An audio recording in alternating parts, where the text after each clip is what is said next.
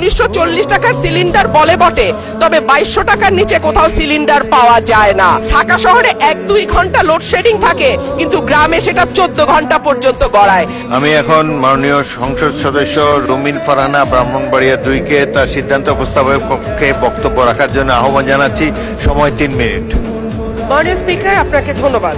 মাননীয় স্পিকার, মেঘনা আর তিতাস পাড়ের দেশ ব্রাহ্মণবাড়িয়া, ওস্তাদ আলাউদ্দিন খাঁ কিংবা শচীন দেব বর্মনের দেশ ব্রাহ্মণবাড়িয়া, কীর্তন আর বাউল গানের দেশ ব্রাহ্মণবাড়িয়া, ছানামুখী মিষ্টির অপূর্ব স্বাদের দেশ আমার বাউনবাড়িয়া, দিগন্ত জোড়া হাওড়ের দেশ বাউনবাড়িয়া, আবার তুচ্ছ বিষয়ে ট্যাটা নিয়ে মাঠে নামার দেশও কিন্তু ব্রাহ্মণবাড়িয়া।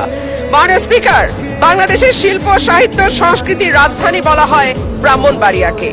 এই মাটিতে একদিকে যেমন সুর সম্রাট ওস্তাদ আলাউদ্দিন খাঁ বা শচীন দেব বর্মনের জন্ম হয়েছে, তেমনি এই মাটিতে জন্ম নিয়েছেন ধীরেন্দ্রনাথ দত্ত বা অলি আহাদের মতন সংগ্রামী চরিত্র, যাদের কল্যাণে বাংলা আজকে আমাদের রাষ্ট্রভাষার স্বীকৃতি পেয়েছে। মাননীয় স্পিকার, আমার নির্বাচনী এলাকা ব্রাহ্মণবাড়িয়া 2 এর অন্তর্গত আশুগঞ্জ একটি শিল্প নগরী। এখানে সার কারখানা, বিদ্যুৎ কেন্দ্র, চাল কল, মিল, ফ্যাক্টরি আছে, বন্দর। ব্রাহ্মণবাড়িয়ার গ্যাস যায় সারা বাংলাদেশে, কিন্তু ব্রাহ্মণবাড়িয়ার মানুষ গ্যাস পায় না। মাননীয় স্পিকার, তিতাস গ্যাস ফিল্ড বাংলাদেশের অন্যতম প্রাচীন ও প্রধান প্রাকৃতিক গ্যাস কেন্দ্র। 72 ঘন্টা ময়েশ্চার লক সমৃদ্ধ লিলি বজওয়াশ শিয়া বাজারের গুডনেস স্কিন রিপেয়ার করে রাখে সফট ও গ্লোয়িং। 1962 সালে আবিষ্কৃত এই গ্যাস ক্ষেত্র থেকে বর্তমানে 22টি কূপের মাধ্যমে দৈনিক প্রায় 325 মিলিয়ন ঘনফুট গ্যাস জাতীয় গ্রিডে সরবরাহ করা হচ্ছে। 1991 সালে সরাইল উপজেলার সদর ইউনিয়নে গ্যাসের সংযোগ দেয়া হয়।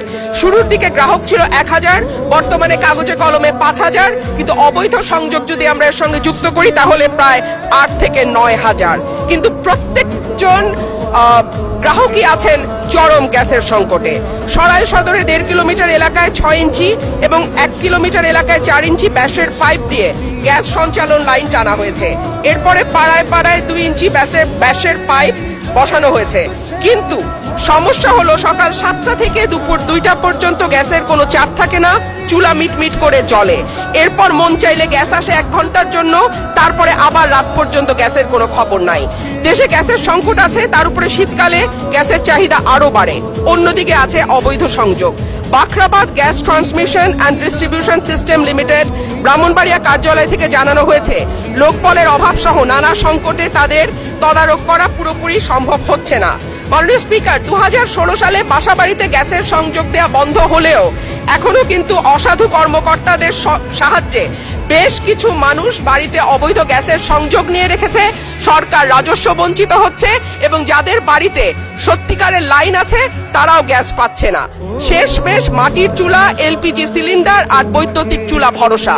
কিন্তু মাননীয় স্পিকার, আমাদের জীবন মানের এখন এমন উন্নয়ন হয়েছে যে গ্রাম বা মফস্বল এলাকাতেও এখন কিন্তু মানুষ ফ্ল্যাটে থাকে, পাকা বাড়িতে থাকে।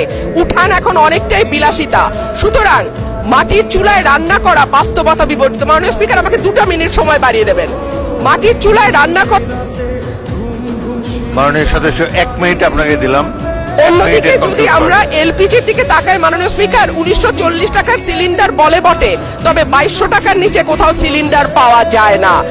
আর আমরা যদি বিদ্যুতের চুলার কথা বলি তাহলে বলতে হয় ঢাকা শহরে 1-2 ঘন্টা লোডশেডিং থাকে, কিন্তু গ্রামে সেটা 14 ঘন্টা পর্যন্ত গড়ায়। সুতরাং গ্যাস ছাড়া আমাদের আসলে এই মুহূর্তে সত্যিকার অর্থে চুলা জ্বালাবার মতন জ্বালানি নেই। এবং ব্রাহ্মণবাড়িয়ার গ্যাস যেহেতু সকল দেশের অন্যান্য এলাকায় সকল এলাকায় যায়, সুতরাং আমার দাবি থাকবে আগে ব্রাহ্মণবাড়িয়ার গ্যাস ব্রাহ্মণবাড়িয়ার মানুষ পাবে, তারপরে এটি অন্য এলাকায় যাবে। মাননীয় স্পিকার, সম্প্রতি তিতাস গ্যাস ক্ষেত্রের 31 নম্বর একটা কূপ খনন হচ্ছে, যেখান থেকে দৈনিক 9 মিলিয়ন ঘনফুট গ্যাস পাওয়া যাবে বলে শোনা যাচ্ছে। আমি আশা করব এই নতুন যে কূপ 31 নম্বর কূপ যেটা তিতাস গ্যাস ফিল্ডে খোঁড়া হচ্ছে, সেই গ্যাস আগে ব্রাহ্মণবাড়িয়ার মানুষ পাবে, তারপরে এই গ্যাস। ধন্যবাদ মাননীয় সদস্য।